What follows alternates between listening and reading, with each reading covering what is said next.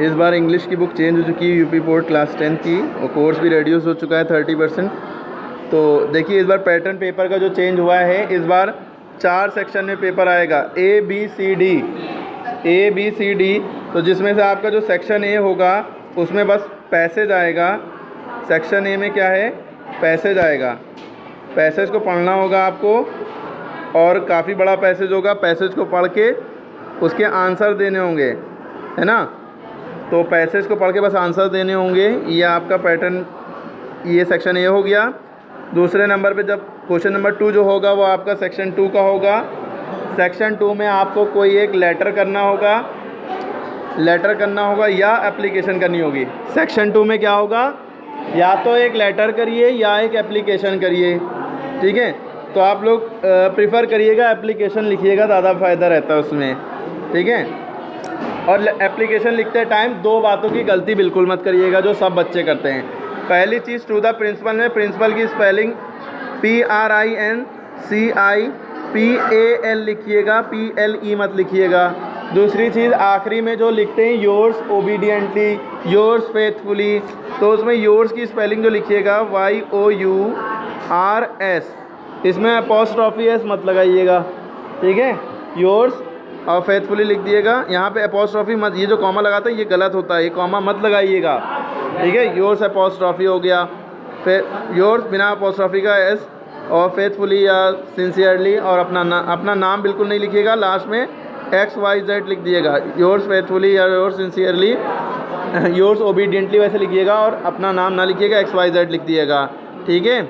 ये बात क्लियर हो गई। इतनी बातें ध्यान रखनी है, इससे नंबर बच जाएंगे आपके। दूसरी बात, क्वेश्चन नंबर जो 3 होगा उसमें आपको पैराग्राफ लिखना होगा। किसी जो टॉपिक दिया होगा उस पर पैराग्राफ लिखिए, या रिपोर्ट लिखनी होगी, रिपोर्ट राइटिंग। जैसे इन्वायरमेंट प्रोटेक्शन दे दिया, कोई भी एक टॉपिक दे देंगे उस पर रिपोर्ट लिखनी होगी। फिर उसके बाद या तो जो है आप कोई भी, आपको ऐसे बता दिया कि आप ये शोभा हैं या शोभित हैं, न्यू दिल्ली के रहने वाले हैं। अब आप एक जगह से दूसरी जगह जा रहे हैं, किस लिए, कोई एंट्रेंस एग्ज़ाम देने, ठीक है, और आप ट्रैफिक में फंस गए हैं। अब इसके ऊपर आप आर्टिकल लिखिए, ठीक है। इस तरह से चीज़ें आ सकती हैं, ये सेक्शन 2। लेकिन बस आप याद रखिएगा, जो अटेम्प्ट करना है आपको सेक्शन बी में, कोशिश करिएगा एप्लीकेशन लिखिएगा। और सेक्शन बी का जो क्वेश्चन नंबर 3 है उसमें इतनी चॉइसें होंगी जिसमें आप पैराग्राफ लिखने की कोशिश करिएगा। जो सेफ़ चीज़ें हैं वो हम आपको बता रहे हैं, ठीक है। अगर रिपोर्ट भी आप गड़बड़ कहीं ना कहीं कर सकते हैं उसके फॉर्मेट वगैरह में, पैराग्राफ जो है थोड़ा सा ऐसे टाइप होता है, तो आप वो कर सकते हैं, इसमें गड़बड़ी नहीं होगी, नंबर नहीं कटेंगे ज़्यादा। दूसरी चीज़, ये आपका सेक्शन बी का हो गया। सेक्शन सी जो आएगा उसमें ग्रामेटिकल पोर्शन होगा, उसमें 10 क्वेश्चन होंगे लगभग। जो क्वेश्चन नंबर 4 होगा वो आपका सेक्शन सी होगा।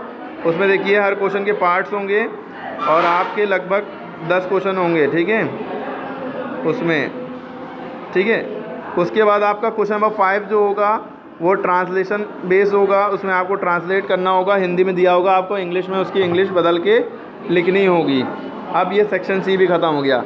इसके बाद सेक्शन डी आएगा। सेक्शन डी में आपको एक पैराग्राफ टाइप का दिया होगा, और उससे आपको क्वेश्चन आंसर लिखने होंगे, निकाल के ढूंढ के, है ना, शॉर्ट आंसर लिखने होंगे।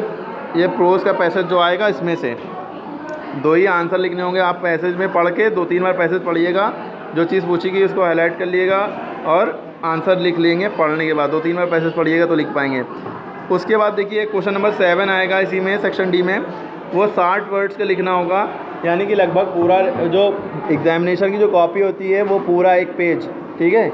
कोशिश करके लिखिएगा पूरा एक पेज में आ जाए। थोड़ा सा डेकोरेट करके लिखिएगा, थोड़ा सा हेडिंग वगैरह भी डालिएगा तो बहुत अच्छे से, कम से कम एक पेज में लिख दिएगा पूरा।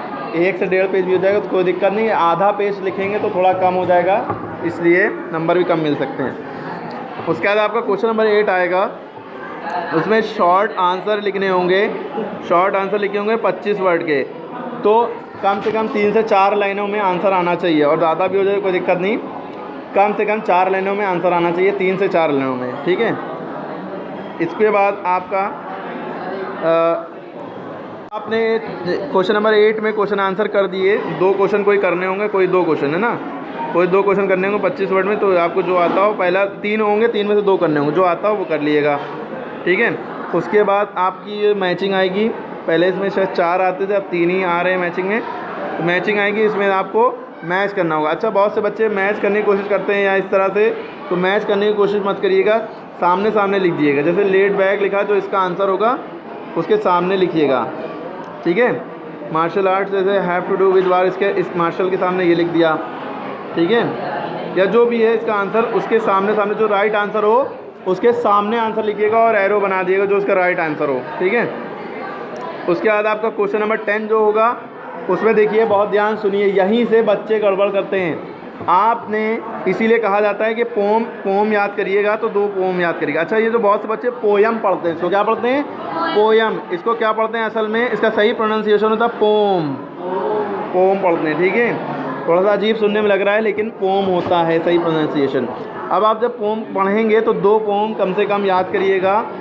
2 पोम याद करने से फ़ायदा ये है कि जैसे जो आपने एक जाली मान ली याद करी फॉग वाली, तो आपकी इसमें आ गई, जिसमें आपको उसके आंसर्स देने हैं क्वेश्चंस के, इसके जो क्वेश्चन आंसर, यानी कि जैसे इंग्लिश प्रोज में पैरा आता है, क्वेश्चन आंसर देने होते हैं, आंसर देने होते हैं, इसी तरह पोइट्री में भी पैरा आता है पोम का, चाहे कुछ लाइनें आती हैं उसके आंसर देने होते हैं। अगर आपने यही याद करी, यही आ गई, तो अब आप उसमें नहीं लिख सकते। क्वेश्चन नंबर 10 में जो आ गई तो आगे आप नहीं लिख सकते।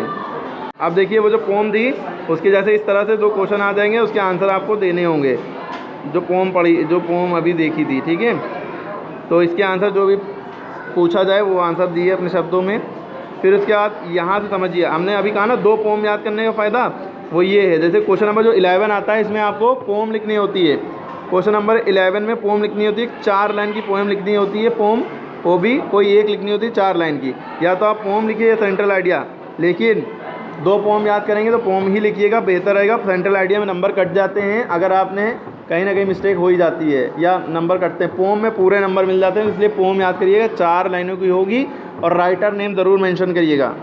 लेकिन यहाँ पे देखिए लिखा होता है पोम में कि do not copy out the lines given in the question paper. Question paper में जो लाइनें हों उसको कॉपी ना करिए। तो वही चीज़, यानी कि वो जो आपने एक पोएम याद करी वही क्वेश्चन उसमें पेपर में आ गए, उसके क्वेश्चन आंसर करने हुए, तो अब आप वाली पोएम आप इसमें नहीं लिख सकते क्वेश्चन नंबर 11 में, जो क्वेश्चन नंबर 10 में आई थी, है ना। इसलिए 2 पोएम याद रखिए कि कहीं वाली आ गई तो दूसरी वाली आप ये क्वेश्चन नंबर 11 में पोएम लिख सकते हैं, ठीक है। उसके बाद आप देखिए क्वेश्चन नंबर 12 जो आता है, इसमें भी 2 क्वेश्चन करने होते हैं 25 वर्ड्स के, तो आपको जो भी याद हो कोई 3 में से 2 करने होते हैं, कर लीजिएगा। इसके बाद आपका आता है क्वेश्चन नंबर 13, उसमें क्या होता है, लॉन्ग होता है, यानी कि 60 वर्ड्स का करना होता है। तो जो भी क्वेश्चन हो उसको पढ़िए, कम से कम 1 पेज में लिखिएगा, 1.5 पेज हो जाए कोई बात नहीं, ठीक है, उसको आप लिखिए। फिर उसके बाद क्वेश्चन नंबर 14 होता है, इसमें भी आंसर्स आपको देने होते हैं, मतलब ट्रू फॉल्स टाइप के हैं। तो आपको जो इसमें सही लगे वो आप जो ट्रू लगाइए, जो फॉल्स फॉल्स। और मतलब ये जो है अलग थोड़ा सा ब्रैकेट वाला आता है कि ब्रैकेट में जो लिखा हो उसके डायरेक्टेड अकॉर्डिंग टू जो ब्रैकेट लिखा उसके अकॉर्डिंग आंसर दिए। Due to over eating did not and not giving exercise to tricky he gets ill. तो ये ट्रू हो गया, फॉल्स, ट्रू या फॉल्स जो भी हो वो लिख दिया। तेरा क्वेश्चन नंबर 14 का बी भी है, सी भी करना है। इसमें क्या है, कंप्लीट करना है सेंटेंस को। जब आप थोड़ा सा लॉन्ग क्वेश्चन या आंसर पढ़े होंगे तो इसको आप कंप्लीट कर पाएंगे। उसके बाद आपका क्वेश्चन नंबर डी है, इसमें भी कंप्लीट द सेंटेंसेस आएगा।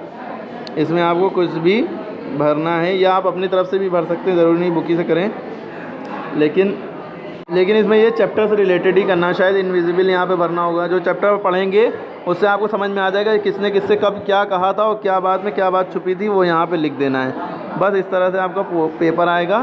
क्वेश्चन टोटल 14 क्वेश्चन होंगे जो कि आपको दिख रहे हैं, और ABCD सेक्शन 4 सेक्शन में होगा। थोड़ा सा अच्छा इंटरेस्टिंग हो गया है, पहले से चेंज हो गया है, तो आपको इस तरह करना है बोर्ड का पेपर।